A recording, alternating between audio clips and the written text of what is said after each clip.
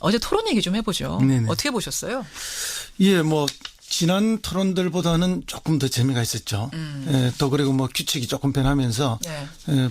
이 공평하게 말할 수 있는 기회라든지 이런 게 있어서 보기에는 조금 나아졌는데. 2차보다는 확실히 나았어요. 예, 그렇습니다. 그럼에도 불구하고 예. 더 깊이 한 발 더 들어가는 정책 토론은 되지 못하고. 맞아요. 어쨌든 뭐 비난이라든지 네거티브라든지 예. 뭐 이런 감정 싸움 이런 느낌이 좀 많이 나서 약간 안타까움이 있었습니다. 제일 기억에 나는 뭐 단어랄까? 뭐 문구랄까? 어느 부분이 제일 기억에 남으세요? 글쎄요, 뭐 제가 또 이렇게 하면 특정 후보 편든다 할까봐 겁은 납니다만. 아니, 객관적으로 얘기해 주세요. 객관적으로. 아니 뭐 제가 MB 아바타입니까? 라든지 MB 아바타. 예, 뭐 이런 안철수 후보처럼. 그런 거는 이제 물론 그런 이제 네거티브를 당하는 입장에서는 한번 그런 공격을 하고 싶은 마음은 있지만 그래도 대선 후보 토론인데 예. 너무 뭐 그게 뭐 그렇게 해서 뭘 어쩌겠다는 건지. 그게 제일 기억에 남으세요? 예. 그래서 조금 그런 부분에 실망했고 그다음에 뭐 역시 이제 모든 분들이 홍준표 후보를 집중해서 공격을 했는데 예. 뭐 홍 후보 당연히 공격을 받을 만한 원인 제공을 하시긴 했지만 그 공격보다는 좀 정책 공격 쪽으로 더 집중했으면 좋았지 않았나 이런 생각이 듭니다. 그런 생각 드셨어요. 어제 돼지 흥분제라는 단어는 안 나왔죠. 예, 뭐 단어는 안 아주 나온 것 구체적인 단어까지는 안 나왔지만 어쨌든 뭐 강간 미수라든지 모의라든지 음모라든지 이런 아주 험한 말은 다 나왔죠. 나왔습니다. 예. 어제 여러분은 어떤 단어, 어떤 공방이 제일 기억에 나세요? 박지원 상황론 뭐 이런 거 나왔었고 성범죄 모의 얘기 사퇴 공방 나왔었고 송민수 문건 거짓말 공방 나왔었고 이준석 위원장 어서 오십시오. 네, 안녕하십니까. 딱 맞게 들어오셨어요. 예, 내부 순환로 막히니까 조심하십시오. 조심하십시오. 교통 상황 전해주셨고 그 TV 토론 얘기 지금 막 나누고 있었거든요. 예. 어떤 게 그 이준석 위원장은 제일 기억에 남으세요? 어떤 공방? 저는 솔직히 말씀드리면 뭐 홍준표 지사의 방어적 모드 그리고 안철수 의원의 뭐라 해야 될까요? 실망입니다. 그 발언. 누구님 실망입니다. 이런 거 제일. 결국으로 그러면 안철수 후보가 제일 기억에는 지금 많이 남았다는 얘기네요. 그렇죠. 그게 이제 득이 되든지 이게 독이 될지 모르겠지만 하여튼 가장 많은 이슈는 안철수 후보가 뿌린 거예요. 예, 그래서 대선답게 좀 큰 이슈를 가야 되는데 뭐 자기 신상이라든지 또 자기에 대해서 네거티브가 들어갈 때 그 못 견뎌내는 이런 모습들이 이제 국민들에게 약간 실망스러운 모습을 비치지 않았을까. 2차 토론 때는 오히려 뭐 좀 분노한다든지 패화하는 모습 또 적극적인 모습 오히려 지난번 토론은 좋았는데 어제 토론은 약간 부족하지 않았나 그런 느낌이 그런 들었습니다. 생각 드셨어요. 4033님 TV 토론은 누구를 뽑겠다 결정하는 것보다 진짜 저 후보는 안 되겠다. 이런 식으로 안 될 사람을 골라내는 시간이었다고 이분한테는 그런 말씀하셨고 전영자님은 어제 토론은 미래는 없고 과거만 있는 것 같았습니다. 이런 얘기들 보내주고 계세요. 자 보내주시고요. 우리는 뉴스 딱 들어가죠. 상한가 하한가. 상한가부터 보겠습니다. 허 소장님. 예, 저는 안보 이슈를 상한가로 꼽았습니다. 안보 이슈 자체를요. 예, 잠깐 기다리세요. 이준석 위원장. 저는 뭐 상한가? 올드보이라고 이렇게 뽑아봤는데요. 올드보이죠. 두 분 다 좀 아리송한 수수께끼 같은 얘기를. 허성무 소장님 왜 안보 이슈가 상한가입니까? 예, 뭐 안보 이슈는 역대 대선에서 언제나 상한가로 마지막에 나옵니다. 특히 이제 보수 세력의 최후의 카드이기도 하고요. 또 자신들의 부패나 부도덕을 은폐하기 위해서는 더 뭐 안보 이슈를 팔 수밖에 없는 거였는데 이번에도 뭐 사드 논란이라든지 주적 논란 그다음에 송민숙 해고론 논란 이런 것들이 뭐 다 사실 안보 이슈 아니겠습니까? 그래서 이제 주적 논란이야 뭐 우리가 너무나 국민들이 잘 알고 계시죠. 3년간 6.25라는 전쟁을 했고 그 이후에도 끊임없이 경쟁과 대결을 하기 때문에 그렇죠. 그런 개념이 당연히 있는 것이고 또 동시에 헌법의 평화 통일을 추구해야 될 대상이지 않습니까? 그렇다 보니까 교류 협력도 해야 되고 또 뭐 노태우 정부 때 남북 교류에 관한 기본 합의도 있고 또 그런 기본법도 발의가 됐고 그다음에 김영삼 정부 때는 유엔에 동시 가입도 하지 않았습니까? 그렇기 때문에 어떤 그런 대결에서의 적의 개념도 있지만 동시에 교류 협력과 평화 번영의 대상이기도 동반자이기도 하고. 예, 그리고 이제 뭐 국가 간의 외교의 대상이기도 하기 때문에 어떤 대통령 후보나 그 선거 과정에서 적이냐 아니냐 이거 말을 강요해서 예스냐 노냐를 묻는 것은 좀 유치하고 단세포적이다. 어떻게 하면은 이런 복잡하고 다양한 그런 성격들을 잘 이용하고 활용해서 외교와 북한 문제를 끌어갈 것인가 예. 하는 깊이 있는 예. 정책 토론을 해야 되는데 예. 정치적 공세로 안보 이슈를 쓰는 것 때문에 좀 안타깝다는 생각이 듭니다. 그런 의미에서 안보 이슈가 상한가긴 상한가지만 씁쓸한 상한가다 이 말씀. 그렇습니다. 이준석 위원장은 어떻게 생각해요? 사실 그걸 제일 지금 주도하는 사람이 바른정당의 유승민 후보거든요. 그렇죠. 저는 그러니까 사실 안보에 있어서 경직성을 가지면 안 된다는 입장엔 동의합니다. 원칙적으로. 근데 경직성에 반대되는 말이 있다 그러면은 유연성일 거고요. 예. 경직성이랑 반대는 아니지만 그래도 비슷한 개념이 일단 모호함일 겁니다. 유연성과 비슷하게. 그런데 지금 문재인 후보가 보여주는 모습이 유연성이냐 모호성이냐에 대해 가지고는 저는 약간 모호성에 가깝다 보거든요. 그러니까 사실 입장을 밝히지 않는 것에 가깝다라 보기 때문에. 유연함보다는 모호한지 뭔지 모르겠다. 그렇죠. 저는 뭐 애매하다. 경직 때 무조건 북한을 때려잡아야 된다 뭐 이런 것도 참 위험하다 보지만은 예, 예. 반대로 유연성이라는 건 상황에 맞춰가지고 적절히 이제 또 그 입장을 정하는 것도 중요한데 예. 예전에 문재인 후보가 뭐 예를 들어 참여정부에서 있을 때는 그때는 어느 정도 유화 모드가 있었기 때문에 또 북한의 태도 자체가 또 변화를 좀 보여주려고 했기 때문에 어느 정도의 어떤 친화적인 모습을 보이는 것도 좋지만은 지금 국면이라는 거는 뭐 어떤 노력에서 불구하고 지금 북한이 좀 경직된 모습을 보이고 있는 상황 속에서는 오히려 이제 또 문재인 대표 같은 경우도 문재인 후보 같은 경우도 입장 변화를 좀 할 필요가 있지 않았나. 예를 들어 대표적으로 최근에 국민의당 같은 경우는 또 이것도 갈지자 논란이 있지만은 안보에 관한 관점을 많이 변경하고 있거든요. 사드에 예, 대한 저는 그러니까 방향도 사실 바꿨대요. 유연성과 경직성을 놓고 본다면 유연성을 좀 가지는 것도 안보에 있어서 나쁘지 않다는 생각을 하게 됩니다. 모호함으로. 네, 뭐 알아주시군요. 이렇게 충분히 지적하실 수 있는데요. 예, 예. 사실은 이제 이렇게 왜곡이 워낙 많다 보니까 유연성과 모호성을 이렇게 헷갈려 할 수도 있고 본인도 정확하게 설명을 못 해낼 경우도 있긴 있을 수 있습니다. 예. 왜냐하면 지금 좀 전에 이재정 장관 인터뷰도 있었지만은 예. 송민숙 장관의 회고록 자, 진실성 어디까지 볼 것인가. 그럼 우리가 여러 회고록들을 한번 보십시오. 최근에 나왔던 게 전두환 회고록, 이순자 회고록. 그러네요. 자, 그 진실성을 우리가 다 동의할 수 있습니까? 그다음에 심지어 지금 문제가 되고 있는 홍준표의 회고록까지도 한번 보십시오. 예. 어떤 문제가 있습니까? 홍준표 후보님은 자신의 회고록에 문제에 있어서 대지 흙 문제는 사실은 나무 이야기 듣고 쓴 거다는 거 아니에요. 그러니까요. 관여 안 했댔다가 네. 또 다시 또 말을 바꾸서는 뭐 젊은 시절에 그러니까 용서해달라고 용서해달라. 뭐가 진실인지도 모르잖아요. 아하. 그러니까 회고록이라는 것은 누구든지 자기 중심적이고 자기 합리화를 위해서 쓰는 것이다. 그렇기 때문에 회고록은 50% 정도는 적고 읽어야지 회고록에 있는 내용 전체를 진실이라고 보고 읽는 것 자체가 어리석은 일인 거죠.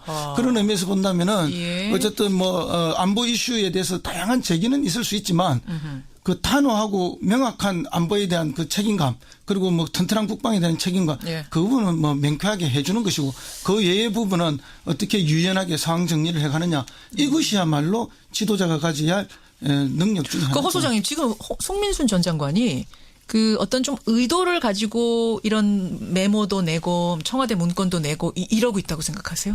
예, 뭐 저는 그런 의도가 전혀 없지는 않다고 생각합니다. 그래? 아니 송민순 전 장관이 정치인도 아니시고 정치 할 분도 아닌데 굳이 그분도 국회의원을 했는데 왜 정치인이 아닙니까? 즉 국회의원을 했으면 정치인이죠. 그리고 그분이 예. 1급일 때인가요? 외교부에서는 그 1급들의 인사적체라든지 또 지방자치단체들이 외교를 또 합니다. 그래서 시도에 대사 파견을 다 해줘요. 예, 그 예. 경기도 대사로 가 있었죠. 그때 경기도 지사가 누군가 하면은 손학규 전 지사님이에요. 그리고 이제 손학규 지사가 이제 당 대표가 됐을 때 비례대표 국회의원으로 발탁을 한 거죠. 예. 그렇기 때문에 송민순 장관도 사실은 정치인입니다. 그냥 관료로만 볼 의도가 수는 있는 거다. 그래서 예, 그렇죠. 그때 당시 또 예. 출간 시기도 지난 그 늦가을 초겨울 아니었습니까? 그렇죠. 그때 누가 화제가 됐습니까? 반기문 총장이 그 대통령 후보로 강력하게 떠오를 때 아닙니까? 그런 저런 걸 봤을 때 알겠습니다. 전혀 의도가 없었다고 말하는 것은 무리가 있다. 이준석 위원장. 굳이 이제 송민순 장관의 그런 의도를 본다면요, 이 지금 뭐 손학규 지사랑 가까운 면이 있다 하더라도 예. 작년에 이 회고록이 출간될 당시에는 시기적으로 손학규 지사가 뭐 국민의당에 참여한다든지 이런 상황은 아니었고 오히려 그 만덕산에서 계시고 뭐 이럴 때 아닙니까? 토굴에, 예. 예, 그런 상황이기 때문에 그걸 연관성을 좀 짓긴 좀 어려워 보이고요. 다만 지금 이번에 안보 관련 이슈에서 뭐 만약에 이 대북 그 질문 논란이 결재 논란이 만약에 과거에 대한 이야기라면은 앞으로 문재인 대표가 좀 미래에 대한 이야기를 하면 되는 겁니다. 앞으로 내가 만약에 집권을 하면은 이렇게 하겠다라는 것들이 좀 많아져야 되는데 아까 말했던 모호성의 영역이 좀 머물러 있는 것 같아가지고 그 부분에 대해서 뭐 앞으로 추가 토론에서 나오지 않을까 생각하게 됩니다. 예. 그런데 모성은 사실은 우리가 뭐 이렇게 작은 게임을 하더라도 내 패를 다 보여주면 그때부터 내가 경쟁력이 없어지잖아요. 아하. 그런 면에 있어서 감추어야 될 패 그리고 숨겨야 될 패는 그 적절한 타이밍 언제 이거 패를 까야 되느냐 문제는 굉장히 타이밍이 예술이거든요. 근데 지금 이거 대선 저는- 토론은 국민을 대상으로 한 네. 거라 너무 그렇기 패 때문에 감추고 이러는 거 국민들이 토론- 좋아하지는 그러니까 않아요. 이게 맞습니다. 그 어떤- 점도 있지만은 이제 토론의 과정에서 예. 그러면 이제 어제 토론을 앞두고 예. 당시에 뭐 11월 16일 회의록이 발표가 되잖아요. 예, 예. 그런 타이밍이 다 있는 거죠. 이건 뭐 국민을 어떻게 한다는 것이 아니라 그러니까 말 바꾸기가 아니라 이거는 그럼요. 어떤 그 타이밍에 대한 부분이다. 더군다나 국가의 외교나 군사 외교 같은 군사 안보의 문제는 더더구나 그 정도 더 그러한 것이죠. 근데 저는 이제 외교에 있어가지고 예. 우리 정부들이 이제 실수를 겪은 것들이 예를 들어 박근혜 정부 같은 경우에는 제가 항상 지적하지만은 중국 가서 열병식에서 천안문에 손을 들고 있는 순간부터 꼬인 거예요. 그리고 제 생각에 노무현 정부 같은 경우는 과거에 이라크 파병 할 때부터 자기 지지층에게서 이제 비토를 받기 시작한 거거든요. 아하. 그러니까 이런 외교적 모호성이라는 것들이 나중에 정부의 어떤 외교 관계에 아까 뭐 어느 정도 전략성 모호성 유지할 필요가 있다고 했는데 좀 중요한 사안들에 대해 가지고는 국민적 동의를 선거에서 받을 필요가 좀 있습니다. 알겠습니다. 이게 모호냐 유연이냐의 문제. 하나만 더 지적할게요. 소장님, 이라크 파병 문제는 오늘 그거하고 말씀이 전혀 많으세요. 관계가 없는 거예요. 이라크 파병 문제는 지지층이 비록 이탈이 있다 하더라도 예, 예. 더 큰 국익을 위해서는 어쩔 수 없이 선택해야만 당연하죠. 하는 그런데 어려운 길을 유연이다. 선거 전에는 그런 이미지가 아니었기 때문에 지지층이 돌아서는 계기가 되게 되고 집권 동력이 좀 떨어지는 거거든요. 야, 역시 안보 얘기 나오니까 우리도 뜨겁잖아요. 이러니까 대선 토론에서 계속 안보 얘기만 나오는 것 같아요. 오늘 상한가. 이 허 소장님의 상한가였죠. 안보 이슈. 이 이준석 위원장이 꼽아온 올드보이도 같은 맥락 아닌가요? 이게 사실 뭐 비슷한 이야기고요. 이제 선거 기간이 좀 짧다 보니까 예. 아무래도 이제 과거에 있었던 일들, 뭐 아무리 미래를 바라보려 하더라도 과거의 행적들을 살필 수밖에 없고 그러다 보면은 뭐 이런 회고록 같은 것들. 저는 송민수 장관 이번에 메모 하나 이렇게 공개했잖아요. 예. 근데 그거 이상의 뭘 더 공개할 수도 있고요. 앞으로 이런 일들이 많아질 것이라 보이고 또 이런 상황에서 보면은 뭐 서로 폭로전도 이제 좀 가속화되지 않을까 생각하게 됩니다. 폭로전도 그 이재정 교육감도 조금 전에 네. 나도 메모가 있다 했거든요. 그럼요. 왜냐하면 국정을 운영해본 사람이면 다 압니다. 대통령이 참석한 회의에 대한 예, 결과물은 물론 청와대에서 정리하는 것도 있지만 참석 장관들도 다 있어요. 가서 다 메모도 있고 다 그 회의를 정리를 해야 됩니다. 그럼 그 없을 수첩이 수가 막 없는 거죠. 수백 개 있겠네요. 수백 개까지는 아니지만 예를 들면 이 부분에 대해서도 국정원 기록도 있고 통일부 기록도 있고 그다음에 청와대 기록도 있고 외교부 기록도 있고 예. 다 있는 거죠. 이거 결국 결론 나겠습니까? 이래가지고. 선거 전에는 안 나죠. 안 나죠? 원래 이런 거 터뜨리는 사람들의 의도도 그렇고 전부 다 선거 전에는 결론 안 나는 게 서로의 의미입니다. 선거 후에도 안 날 것 같은데요. 저는 이 문제는. 다만 이제 언제나 이런 건 있죠. 뭐 학문적으로도 정리가 됐지만은 예. 똑같은 사실을 여러 명이 경험했지만 예, 예. 각자 이게 다 달라요. 자기 중심적으로 다 해석하는 거예요. 청와대가 문건, 우리가 볼 수 없는 문건 있잖아요. 네. 그걸 나중에 훗날 공개한다면 그때는 밝혀질까요? 그럼요. 뭐가 밝혀지죠. 진실인지. 네. 그건 밝혀지겠죠. 알겠습니다. 이렇게 해서 상한가 안보 이슈와 올드보이. 결국 올드보이들이 가지고 온 안보 이슈. 안보 이슈가 가지고 온 올드보이. 이렇게 상한가가 되겠네요. 긍정적 의미라기보다는 어쨌든 뜨고 있다. 이런 의미입니다. 자, 그럼 하한가로 갑니다. 하한가. 이것은 꼭 부정적 의미라기보다는 이분들이 참 곤란할 거다. 혹은 그야말로 하한가가 될 거다라고 예상하는 것들을 골라오시는 거예요. 이준석 위원장 하한가. 저는 뭐 박지원 대표를 좀 꼽아야 될 것 같습니다. 박지원 국민의당 대표. 예, 사실 최근에 국민의당이 보여준 모습이라는 거는 결국에는 뭐 이 물이 들어왔을 때 노를 저어야 되는데 좀 네. 노를 젓지 못하는 그런 모습을 보여줬거든요. 그 대표적인 것이 첫 번째가 중도 보수 연대를 이끌어내지 못한 것. 이거는 박지원 대표의 영역입니다. 이거는 아하. 이걸 성공적으로 이끌어내는 건 정치는 어쨌든 박지원 대표 영역인데 국민의당에서 예. 박지원 대표하고 이 부분을 좀 하지 못한 것 같고요. 또 두 번째로는 생각보다 뭐죠? 그 갑철수 문건이라든지 이런 거 있잖아요. 예, 그러니까 문재인 후보 측에서 네거티브 뭐 공작을 한다 하면서 이제 나온 게 그러니까 어제 그런 뭐 갑철수 논란. 그 전통적인 어떤 이것도 제가 봤을 때는 이런 대 문재인 공세 같은 것도 박지원 대표 영역인 것 같은데 제가 봤을 때는 그렇게 강력한 한방도 아니었어요. 그거는 선거 때 보면 사실 문건이 여러 가지 돌아다니고 이러는데 예, 그 안에서 뭐 상대 후보를 디스하는 내용을 좀 어떻게 뭐 조직적 유포하자 이런 얘기 정도 나올 수 있는 얘기인데 이걸 갖고 뭐 갑철수 논란으로까지 만들어 버리려고 했는데 사실 그렇게 뭐 효과가 크진 성공하진 않았다고 못했죠. 보세요? 뭐 물론 의도하지 않게 홍준표 지사 더 큰 걸 터뜨려가지고 그런 것도 있긴 하지만은 제 생각에는 국민의당의 지난 한 주 동안의 성과는 제로라고 제가 봅니다. 저는 안철수 후보가 잘못했다라기보다는 예. 후보들의 참모들이 크게 잘못하고 있다. 참모들이 뭘 지금 실수하고 있다고. 방금 이런 갑철수냐 뭐 MB MB 아바타냐 아바타. 이런 질문을 하게 하면 안 돼요. 그러니까 어제 토론회에서 안철수 후보가 질문형의 공격을 예, 했단 말입니다. 제가 갑철수입니까? 이렇게 문재인 후보는. 제가 갑철수입니까? 3번 물었어요. 자, 그런 거는 이제 후보를 조금 수준 낮게 유치하게 만들어버리고 스스로를 격화시켜버리는 것.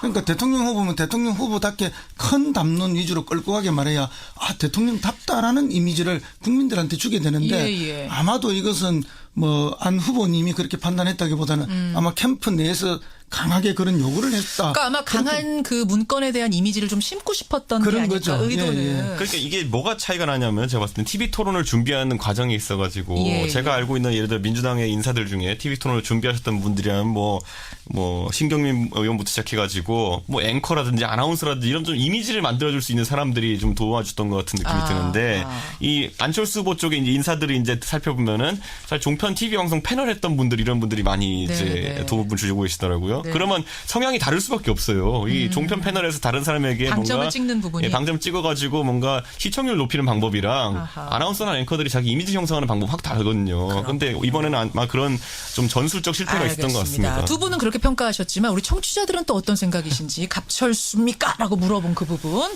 좀 보내주시고 허성무 소장의 하한가는 누구인가요? 예, 저는 뭐 또 홍준표 후보를 말씀드리지 않을 수가 없습니다. 홍준표 후보는 하한가 몇 번째입니까? 도대체 더 내려갈 바닥도 없을 것 같은데. 예. 왜냐하면 저도 좀 안타까움이 있어요. 뭐 이게 여러 후보들이 경쟁하는데 뭐 어느 편을 들고 이런 게 참 힘들고 또 그렇게 되다 보면 또 비난도 많고 하지만 홍준표 지사님 사실은 영남의 보수 결집이 어느 정도 일어나고 있던 상황이거든요.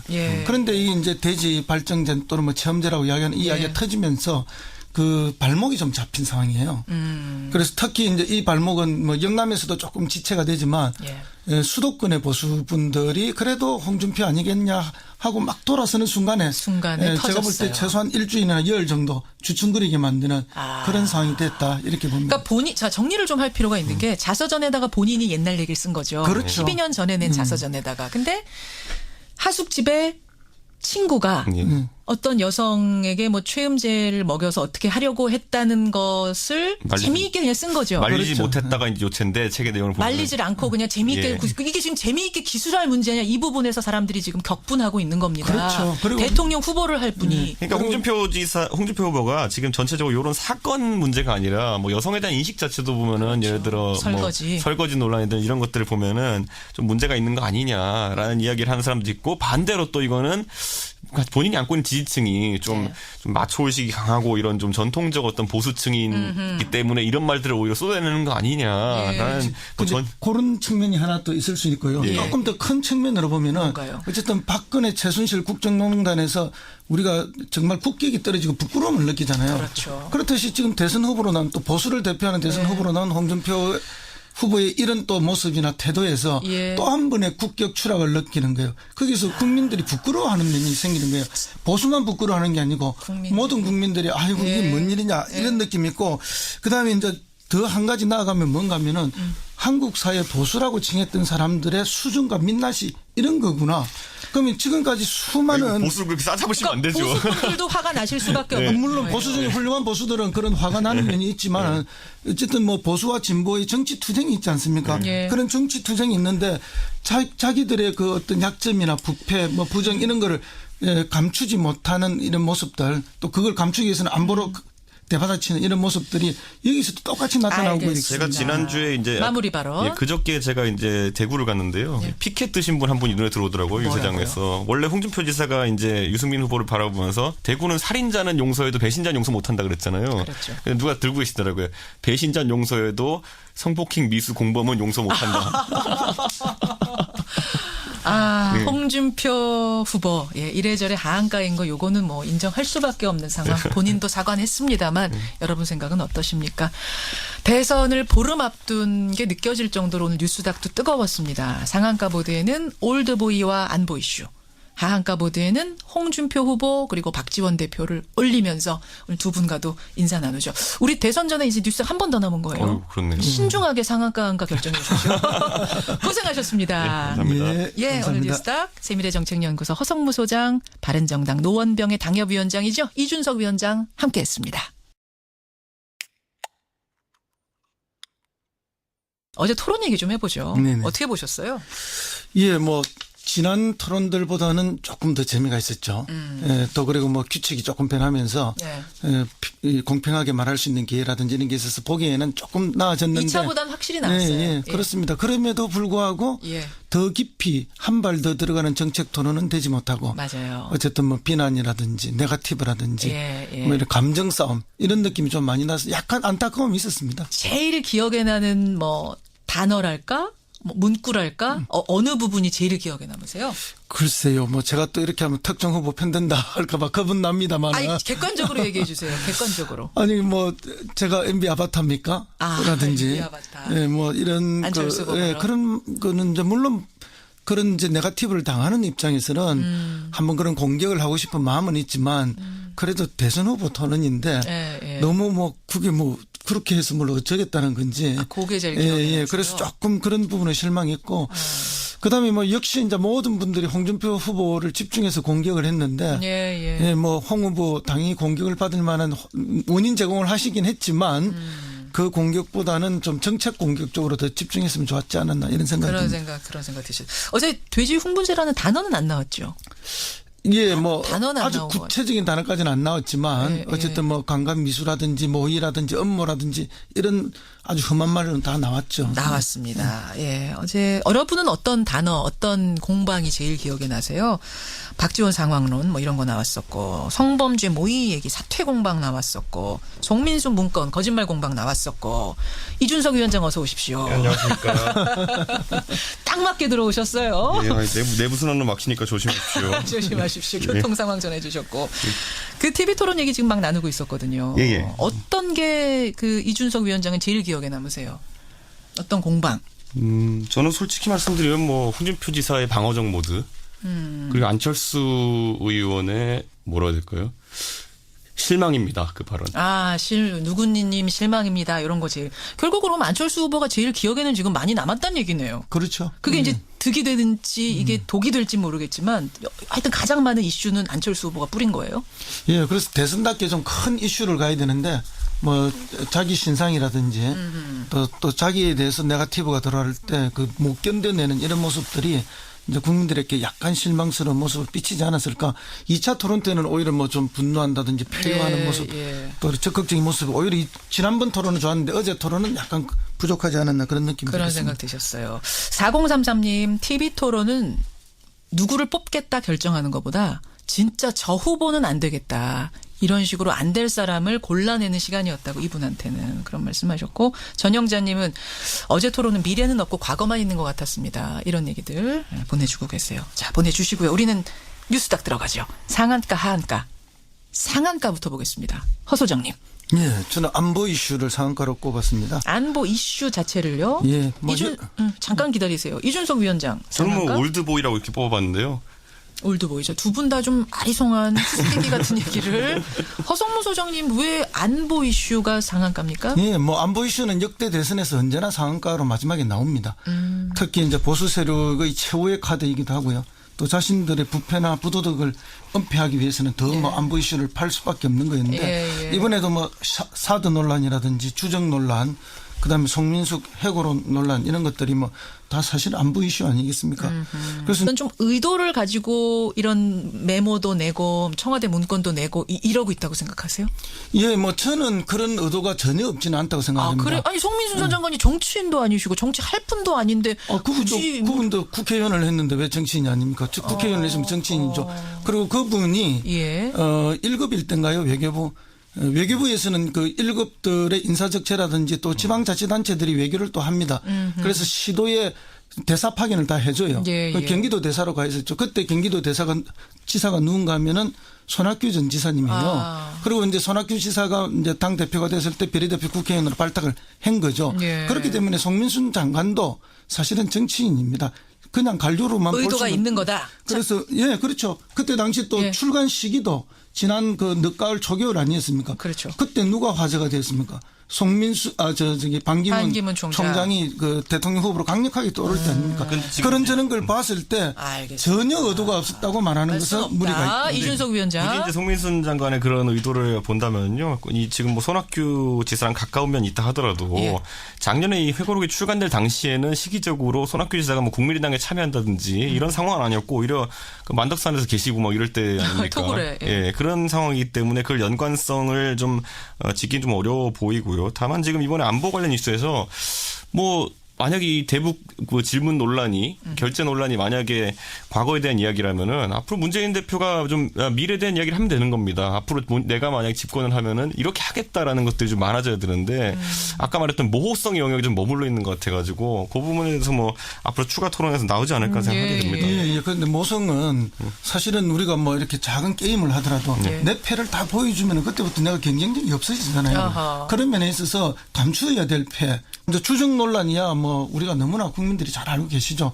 3년간 6.25라는 전쟁을 했고 그 이후에도 끊임없이 경쟁과 대결을 하기 때문에 그렇죠. 그런 개념이 당연히 있는 것이고 예. 또 동시에 헌법의 평화 통일을 추구해야 될 대상이지 않습니까? 예. 그렇다 보니까 교류 협력도 해야 되고 또 뭐 노태우 정부 때 남북 교류에 관한 기본 합의도 있고 또 그런 기본법도 발의가 됐고 예. 그다음에 김영삼 정부 때는 유엔에 동시 가입도 하지 않았습니까? 예. 그렇기 때문에 어떤 그런 대결에서의 적의 개념도 있지만 동시에 교류 협력과 평화 번영의 대상이기도 하고 동반자이기도 하고. 예, 그리고 이제 뭐 국가 간의 외교의 대상이기도 하기 때문에 어떤 대통령 후보나 그 선거 과정에서 적이냐 아니냐 이것만을 강요해서 예스냐 노냐를 묻는 것은 좀 유치하고 단세포적이다.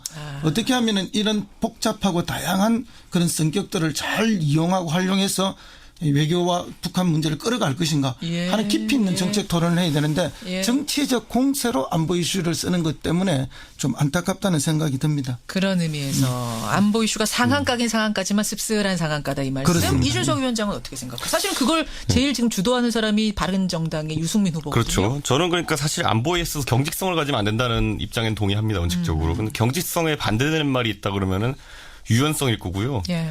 경직성이랑 반대는 아니지만 그래도 비슷한 개념이 일단 모호함일 겁니다. 유연성과 비슷하게. 그런데 지금 문재인 후보가 보여주는 모습이 유연성이냐 모호성이냐에 대해 가지고는 저는 약간 모호성에 가깝다 보거든요. 그러니까 사실 입장을 밝히지 않는 것에 가깝다라 보기 때문에. 유연함보다는 모호한지 뭔지 모르겠다. 그렇죠. 저는 뭐 애매하다. 경직 때 무조건 북한을 때려잡아야 된다 뭐 이런 것도 참 위험하다 보지만은 예. 반대로 유연성이라는 건 상황에 맞춰가지고 적절히 이제 또 그 입장을 정하는 것도 중요한데 예전에 문재인 후보가 뭐 예를 들어 참여정부에서 있을 때는 그때는 어느 정도 유화 모드가 있었기 때문에 또 북한의 태도 자체가 또 변화를 좀 보여주려고 했기 때문에 어느 정도의 어떤 친화적인 모습을 보이는 것도 좋지만은 지금 국면이라는 거는 뭐 어떤 노력에서 불구하고 지금 북한이 좀 경직된 모습을 보이고 있는 상황 속에서는 오히려 이제 또 문재인 대표 같은 경우도 문재인 후보 같은 경우도 입장 변화를 좀 할 필요가 있지 않았나. 예를 들어 대표적으로 최근에 국민의당 같은 경우는 또 이것도 갈지자 논란이 있지만은 안보에 관한 관점을 많이 변경하고 있거든요. 사드에 예, 대한 저는 그러니까 방향도 사실 바꿨대요. 유연성과 경직성을 놓고 본다면 유연성을 좀 가지는 것도 안보에 있어서 나쁘지 않다는 생각을 하게 됩니다. 모호함으로. 네, 뭐 받아들이시군요. 이렇게 충분히 지적하실 수 있는데요. 예. 사실은 이제 이렇게 왜곡이 워낙 많다 보니까 유연성과 모호성을 이렇게 헷갈려 할 수도 있고 본인도 정확하게 설명을 못 해낼 경우도 있긴 있을 수 있습니다. 왜냐하면 지금 좀 전에 이재정 장관 인터뷰도 있었지만은 송민순 장관의 회고록 자, 진실성 어디까지 볼 것인가. 그럼 우리가 여러 회고록들을 한번 보십시오. 최근에 나왔던 게 전두환 회고록, 이순자 회고록. 그러네요. 자, 그 진실성을 우리가 다 동의할 수 있습니까? 그다음에 심지어 지금 문제가 되고 있는 홍준표의 회고록까지도 한번 보십시오. 어떤 문제가 있습니까?